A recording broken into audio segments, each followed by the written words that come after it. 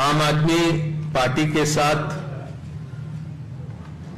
लंबी चर्चा हुई और चर्चा के उपरांत भारतीय राष्ट्रीय कांग्रेस और आम आदमी पार्टी के बीच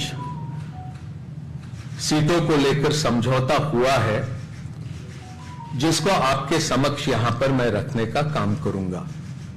मुझे खुशी है कि दो महत्वपूर्ण राजनीतिक दल इंडिया गठबंधन के आने वाला लोकसभा चुनाव का पूरा जिम्मा एक साथ संभालेंगे और जिस तरह की परिस्थितियां आज मुल्क में बनी है, जो चुनौतियां हमारे लोकतंत्र और हमारे संविधान के सामने बनी है, उनका मुकाबला करने के लिए इंडिया गठबंधन पूरी तरह से सशक्त तरीके से उसका मुकाबला करने के लिए तैयार है। और उसी कड़ी में आम आदमी पार्टी और कांग्रेस पार्टी का सीटों को लेकर समझौता हुआ।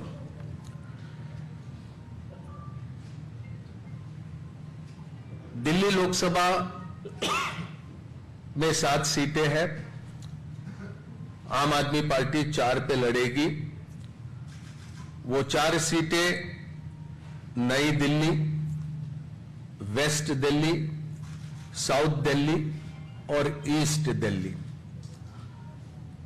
कांग्रेस पार्टी 3 सीटों पर दिल्ली में चुनाव लड़ेगी, चांदनी चौक, नॉर्थ ईस्ट और नॉर्थ वेस्ट।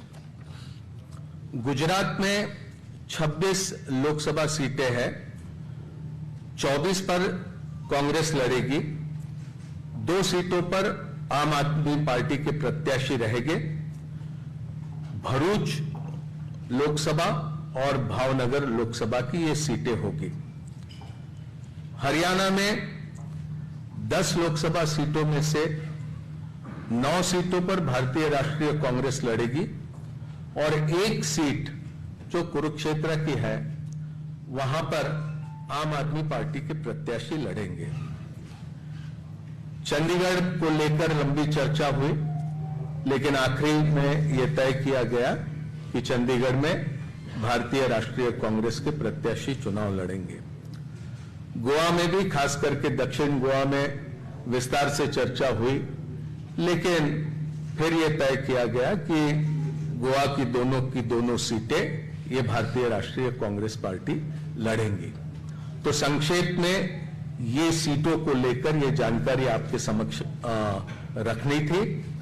ये संभव है, 2 अलग अलग राजनीतिक दल हम होने की वजह से अलग अलग चुनाव चिन्हों पर हम ये चुनाव लड़ेंगे, लेकिन हमारी जिम्मेदारी रहेगी कि दिल्ली में कांग्रेस पार्टी 3 पर प्रत्याशी रखने के बाद भी 7 पर हम किस तरह से कामयाब हो सकते हैं, उस दिशा में हमारा प्रयास रहेगा और हमारे तमाम कार्यकर्ता और नेता उस दिशा में प्रयास करेंगे।